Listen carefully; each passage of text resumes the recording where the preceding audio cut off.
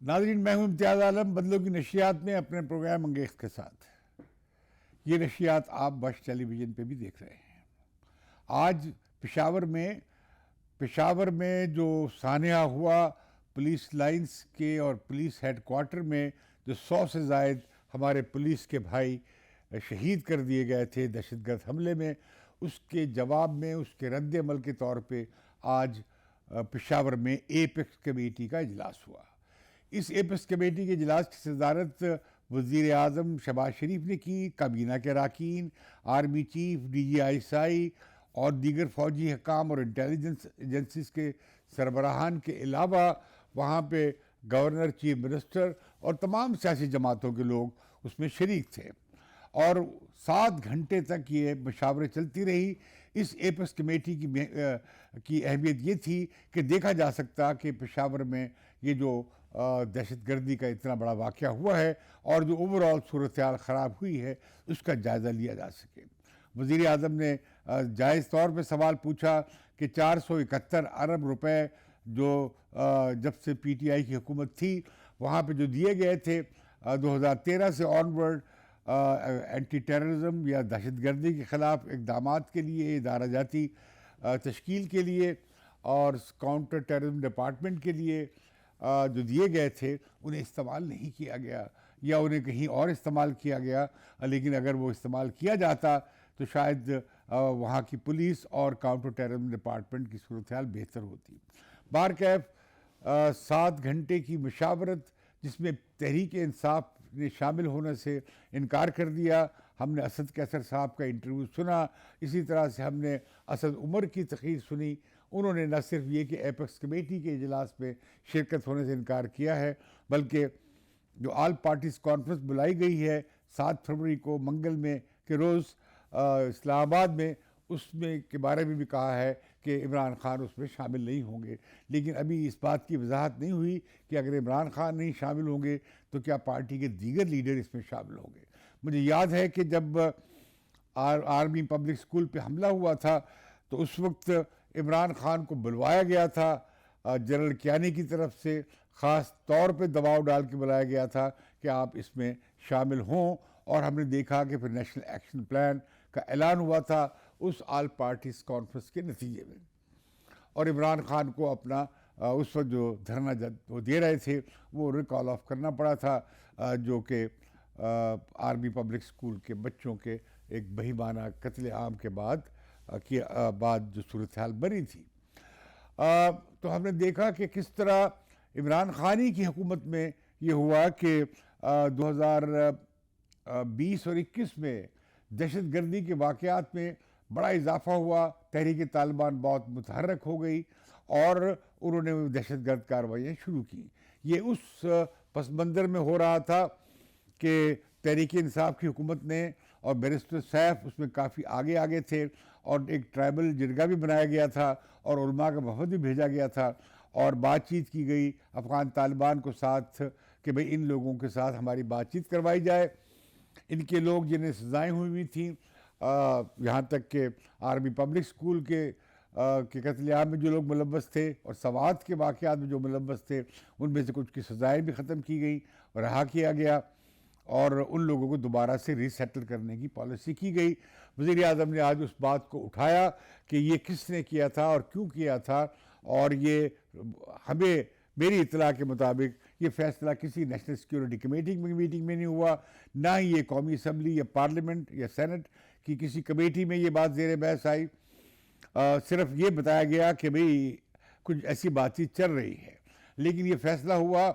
بنی گالہ میں. Army chief general Bajwa اور اس وقت کے I S I chief general Faiz اور عمران خان کے درمیان، ان 3 لوگوں کے درمیان مشاورت ہوئی اور اتنا بڑا فیصلہ کر لیا گیا کہ ان لوگوں کو واپس لا کے سیٹل کیا جائے. عمران خان نے اپنی اس پالیسی کا دفاع کرتے ہوئے کہا کہ وہ یہ چاہتے تھے کہ یہ معاملہ ایسے حل ہو جائے، لیکن بعد کی حکومت نے ایسا نہیں کیا اور انہوں نے اس پالیسی کو جاری نہ رکھا اور اس کی جو ضروری رقم درکار تھی انہیں سیٹل کرنے کے لیے وہ دی نہیں گئی. میں سمجھتا ہوں کہ اس سے خوفناک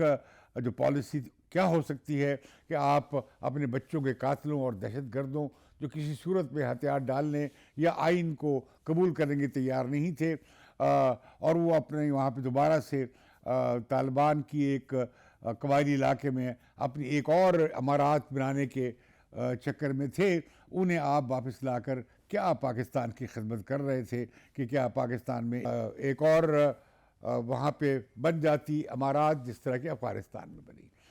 طالبان کی فتح کے بعد یہاں پہ یقیناً جو جہادی حلقے تھے ان میں بڑی تقویت ملی انہیں، اور ان کی بڑے حوصلے بڑھے، اور انہوں نے کہا کہ اگر ہم افغانستان میں ایسا کر سکتے ہیں تو پاکستان میں کیوں نہیں ہم کر سکتے، اور یہاں کیوں ہم ایک اسلامک ایمریٹ قائم نہیں کر سکتے۔ پشاور کی ایپیکس کمیٹی کی میٹنگ میں، یہ بہت بڑی میٹنگ تھی، اس میں بہت بڑے لوگ اور بہت بڑی وسیع تر میٹنگ تھی، جس میں فیصلے کچھ لیے گئے ہیں کہ دہشت گردی کا کہیں کیسی بھی ہو، کس طرح کی بھی ہو، اس کا قلعہ کامہ کیا جائے گا۔ ایسے اعلانات ہم پہلے بھی سنتے رہے ہیں۔ نیکٹا کو مضبوط کیا جائے گا، یہ ادارہ بنایا گیا تھا، اس کی گزشتہ ایک سال میں کوئی میٹنگ نہیں ہوئی۔ جب میٹنگ ہوئی تو اس میں اس بات کا اعتراف کیا گیا، یہ جو پالیسی تھی تحریک طالبان پاکستان سے بات چیت کر کے انہیں یہاں لا کر دوبارہ سے بسانے کی جو پالیسی تھی، یہ خوفناک پالیسی تھی، اور اس کا شاخسانہ دہشت گردی کی صورت میں ہمارے سامنے آ رہا ہے۔ اسی میں یہ بھی کہا گیا تھا کہ نیکٹا کو غیر مؤثر کر دیا گیا تھا۔ میں سمجھتا ہوں کہ یہ جو بات ہے کہ اس دہشت گردی کے خلاف مہم کا مرکز کون ہو، اس کی لیڈرشپ کس کے پاس ہو، آیا وہ نیکٹا کے پاس ہو جو کہ ادارہ اسی مقصد کے لیے بنایا گیا تھا، اس کے ساتھ انٹیلیجنس کے کوارڈینیشن کی کمیٹی بھی بنائی گئی تھی تاکہ وہ نیکٹا کی مدد کر سکے، اور یہ پالیسی اور ڈائریکشن طے کرنی تھی نیکٹا نے، لیکن ایسا نہیں ہوا، کیونکہ بنیادی بات یہ ہے کہ فوج ہی کا اس میں بنیادی کردار تھا، اور وہی اس میں عملی طور پر حصہ بھی لے رہی تھی اور قیادت بھی کر رہی تھی اور شہادتیں بھی دے رہے تھے اور لڑ بھی رہے تھے، اور وہی سمجھتے تھے کہ یہ انہی کا میدان ہے۔ تو ایسے میں ایک سویلین ادارہ فروغ نہ پا سکا۔ اب پھر میں سمجھتا ہوں کہ جو اعلامیہ ہے اس میں زور دیا گیا ہے کہ کاؤنٹر ٹیررزم ڈپارٹمنٹ کو مضبوط کیا جائے گا اور پولیس کو مضبوط کیا جائے گا، وہاں پہ ایک ہیڈ کوارٹر بھی بنایا جائے گا کاؤنٹر ٹیررزم ڈپارٹمنٹ کا، وہاں پہ ایک فورینسک لیب بھی بنے گی وغیرہ، یہ اس طرح کے اقدامات کیے جائیں گے۔ یقیناً آپ کو یہ ادارے بھی مضبوط کرنے چاہیے، لیکن تو پھر ہمارے پاس فوج کا اتنا بڑا جو سٹرکچر ہے، اتنی ماشاءاللہ پاکستان کی اتنی بڑی فوج ہے اور بڑی تربیت یافتہ ہے، اس میں کمانڈوز کے سیکشن بھی ہیں، تو کیوں نہ کوئی ایسا طریقہ اختیار کیا جائے کہ یہ جو نیکٹا ہے اس کے تحت ایک ایسی فورس بنے جو کہ سویلین کمانڈ میں ہو، اور وہ یہ ٹیررزم کے خلاف جو بنیادی طور پر لڑائی ہے اسے لڑ سکے۔ یقیناً اس میں پاک فوج اور اس کی کور اور اس کی ایجنسیز بھی شامل ہوں گی اس ساری لڑائی میں۔ دوسری بات آ جاتی ہے کہ بھئی آپ کہا گیا ہے کہ ان کے ہر طرح کے ذرائع کو ختم کیا جائے گا دہشت گردی کے۔ آپ نہیں ختم کر سکتے جب تک آپ صاف طور پہ نہیں کہتے کہ آپ اپنے نظام تعلیم کو صاف کریں گے، اس میں جو آپ انتہا پسند نظریات لے کر آئے ہیں، شدت پسند نظریات کی تعلیم دی جا رہی ہے ہمارے کالجوں میں، اسکولوں میں، اور خاص طور پر یہ جو مذہب کی تعلیم پہ بہت زیادہ زور دیا جا رہا ہے، اس سے ایک خاص طرح کے ذہنی بن رہا ہے جو طالبان کا حامی ہے یا اس طرح کے خیالات کا حامی ہے جو ہم وحشت افغانستان میں دیکھتے ہیں۔ تو میں سمجھتا ہوں کہ ایک بڑی ہی تبدیلی کی ضرورت ہے، اس کے لیے آل پارٹیز کانفرنس ہونے جا رہی ہے، اس کی ویسی ہی اہمیت ہے جیسے ہم دیکھتے ہیں کہ پشاور میں جب آرمی پبلک اسکول کے بچوں کی شہادت ہوئی تھی، ان کا قتل عام ہوا تھا، اس کے بعد ساری سیاسی قیادت ایک صفحے پر آ گئی تھی۔ میں سمجھتا ہوں کہ وقت کا تقاضا یہی ہے، اگر عمران خان اتنے ہی نرم گوشہ رکھتے ہیں طالبان کے لیے، اتنا ہی اگر ان کے ساتھ وہ پوزیشن ان کے خلاف لینے سے ہچکچا رہے ہیں یا ایسے عمل میں شامل ہونے کے تیار نہیں ہیں کہ یہ ہمارے ملک کے جو اصلی دشمن ہیں دہشت گرد، ان سے ہم کیسے جان چھڑا سکیں، تو ایک افسوسناک صورتحال ہوگی ایک جمہوری فریم ورک میں یا پارلیمانی فریم ورک میں کام کرنے والی سیاسی پارٹی اور اس کے قائد کی۔ لیکن عمران خان نے فوری رد عمل جو ان کا آیا ہے، حالانکہ اب ایپیکس کمیٹی نے کہا ہے جس میں کہ فوج بھی شامل ہے اور ایجنسیز بھی شامل ہیں اور تمام ادارے بھی شامل ہیں، انہوں نے کہا ہے کہ آل پارٹیز کانفرنس کو ویلکم کیا ہے، خوش آمدید کیا ہے۔ ایک طرف تو یہ سلسلہ چل رہا ہے کہ دہشت گردی کے خلاف جنگ میں اور تمام محاذوں پہ ہم کیسے اس افرید کا سامنا کر سکتے ہیں، اور دوسری طرف اسلام آباد میں آئی ایم ایف نے اپنا ٹیکنیکل ریویو یعنی تکنیکی نوعیت کی جو بات چیت تھی وہ مکمل کر لی ہے۔ اب تک کی جو نتائج سامنے اخبارات کے ذریعے ہمارے سامنے آئے ہیں وہ یہ ہیں کہ حکومت پاکستان نے جو گردشی قرضے کے حوالے سے جو پلان دیا تھا اس سے انہوں نے اتفاق نہیں کیا ہے، لہذا بجلی کی قیمتیں بڑھنی ہیں۔ اسی طریقے سے جو انہوں نے بجٹ خسارے کو کم کرنے کے لیے جو تجاویز اور منصوبہ پیش کیا تھا اس سے بھی آئی ایم ایف نے اتفاق نہیں کیا ہے، بلکہ انہوں نے سیلز ٹیکس کو 18% کرنے اور تیل کی قیمت کو اور تیل کو اور گیس کی قیمتوں کو بڑھانے اور تمام تر جو استثنیات دی گئی تھیں، کنسیشن یا جو امدادی رقم دی گئی تھی بجلی کی کنسیشن ریٹ کے حساب سے، وہ اسے انہوں نے کہا ہے ختم کیا جائے، اور باقی بل سارے جو بل ہیں اس ملک میں تو عذاب یہ ہے کہ ججے نے بھی بجلی مفت کرائی ہوئی ہے، بابڈا کے سارے ملازمین کی بھی بجلی مفت ہے، اور جانے کن کن لوگوں نے اپنی بجلی مفت کرا رکھی ہے۔ اس ملک میں یہ جو مفتہ چل رہا ہے وہ بند کرنا چاہیے، میں سمجھتا ہوں کہ آئی ایم ایف نے ٹھیک کہا ہے۔ ساتھ ہی آئی ایم ایف نے یہ بھی مطالبہ کیا ہے کہ گریڈ 17 سے اوپر تک کے سارے ملازمین کے سالانہ ان کی آمدنی کے اور جائیداد کے گوشوارے جمع ہونے چاہیے ایف بی آر کے ساتھ گریڈ 17 سے اوپر تک۔ لیکن ہم نے دیکھا کہ یہ جو سول حکومت ہے یہ بھی اتنی کمزور ہے کہ انہوں نے اس میں سے نکال دیا ہے عدلیہ کو بھی اور فوج کو بھی۔ بھیا فوج پاکستان کے افسروں اور ججز کے گوشوارے کیوں نہیں سامنے آنے چاہیے، جس طرح کہ ہم نے پچھلے دنوں میں ہم دیکھتے آئے ہیں یا پچھلی تاریخ میں دیکھتے آئے ہیں کہ کس طرح ارب پتی ہو گئے جرنیل جو ریٹائر ہوئے تو پتہ لگا کہ جرنیل صاحب تو بہت ارب پتی ہے۔ اس سارے کا پتہ لگنا چاہیے عوام کو، اور یہ میں سمجھتا ہوں کہ ہم شکریہ ادا کرتے ہیں، میں خاص طور پر شکریہ ادا کرتا ہوں آئی ایم ایف کا کہ کم از کم یہ بات تو انہوں نے منوائی۔ آئی ایم ایف جب یہ بات کہتا ہے کہ بھئی اپنی آمدنی بڑھاؤ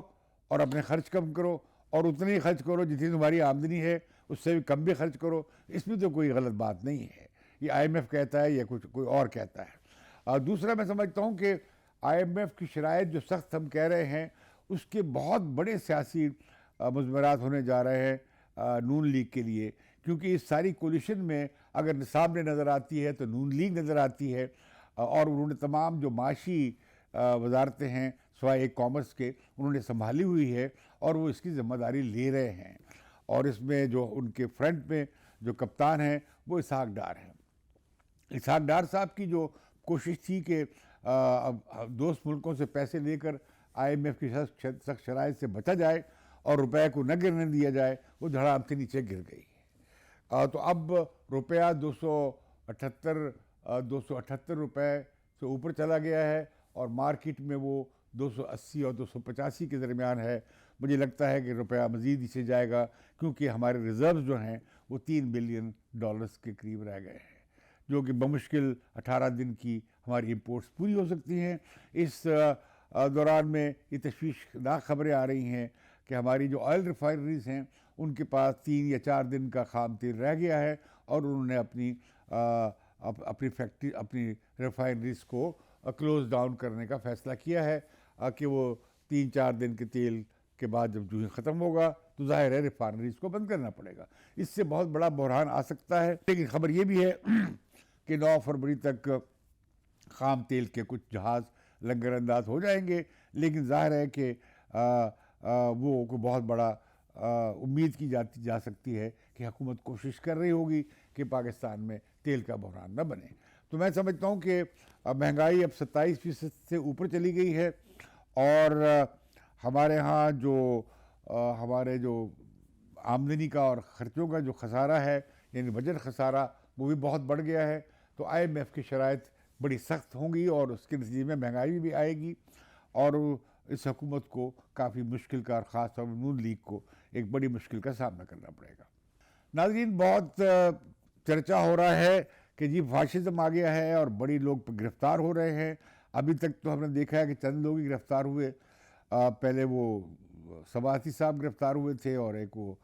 دوسرے عمران خان کے سیاسی سپوکس مین تھے وہ گرفتار ہوئے تھے،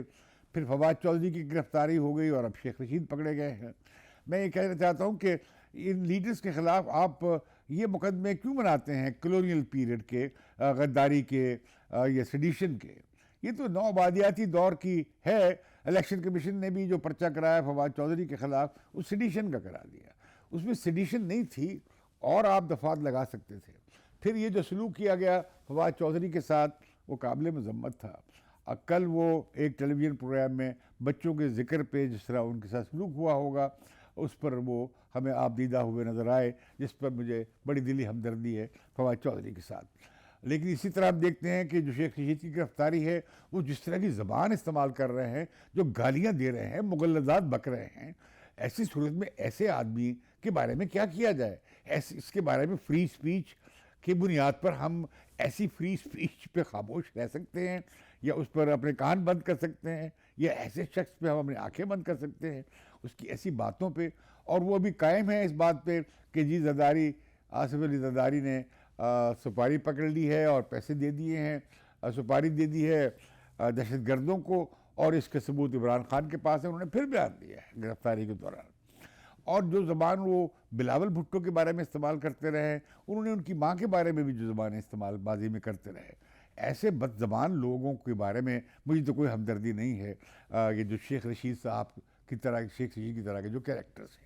لیکن اس پہ تحریک انصاف بہت بھنائی ہے اور بھڑکی ہے, اور انہوں نے اسے شہری حقوق کا اور فریڈم آف سپیچ کا مسئلہ بنایا ہے. فریڈم آف سپیچ کے بارے میں بھی غور کی بات یہ ہے کہ دیکھنا چاہیے کہ آپ ہیٹ سپیچ تو نہیں پروموٹ کر رہے, اور میں سمجھتا ہوں کہ Tehreek Insaf بالعموم heat speech promote کرتی ہے اور انسلٹ کرتی ہے اور لوگوں کی توہین کرتی ہے, جو میں سمجھتا ہوں کہ کوئی اچھا سیاسی رجحان نہیں ہے. تو لیکن میں سمجھتا ہوں کہ حکومت کو ایوائڈ کرنا چاہیے کہ یہ نظر نہ آئے اور نہ ہو ایسا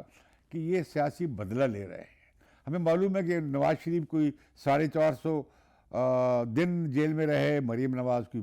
150 پونے 200 دن جیل میں رہیں, حمزہ شہباز تقریباً 2 سال جیل رہے, سعد رفیق نے بھی لمبی جیل گزاری, آصف زرداری اور ان کی ہمشیرہ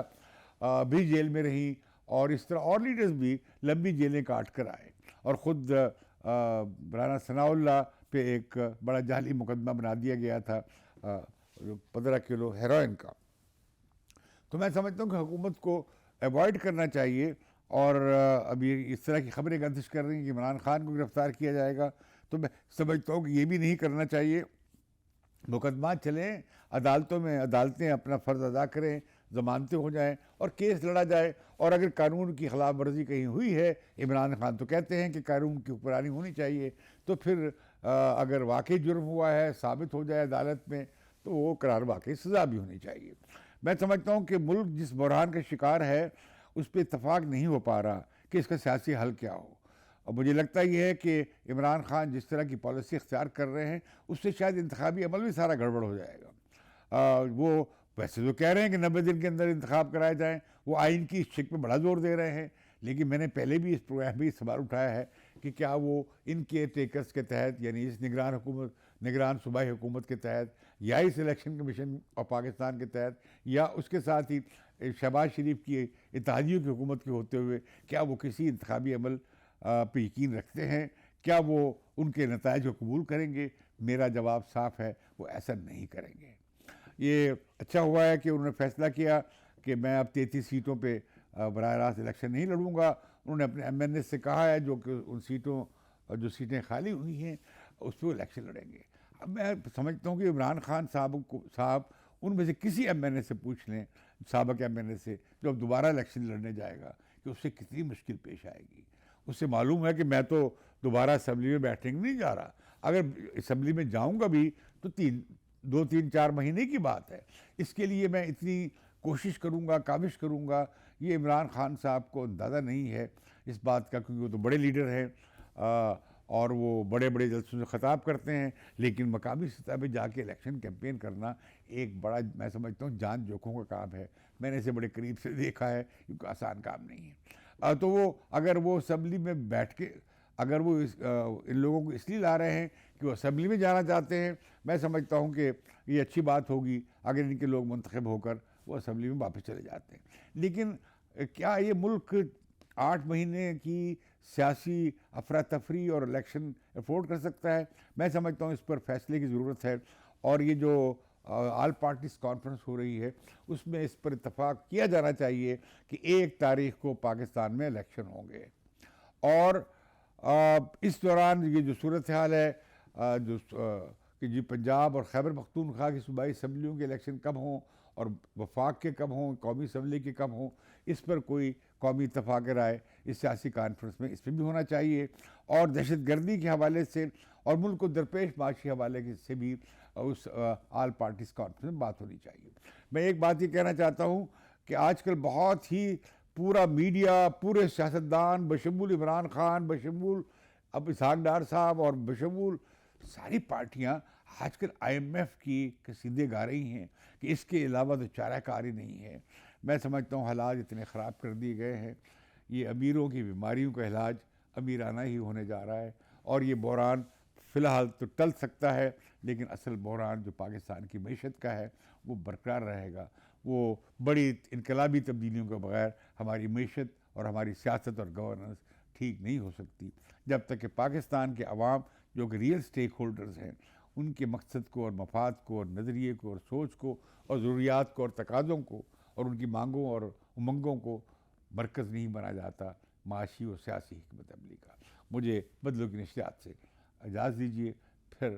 اور بدلوں کی نشریات کو ضرور سبسکرائب کیجیے۔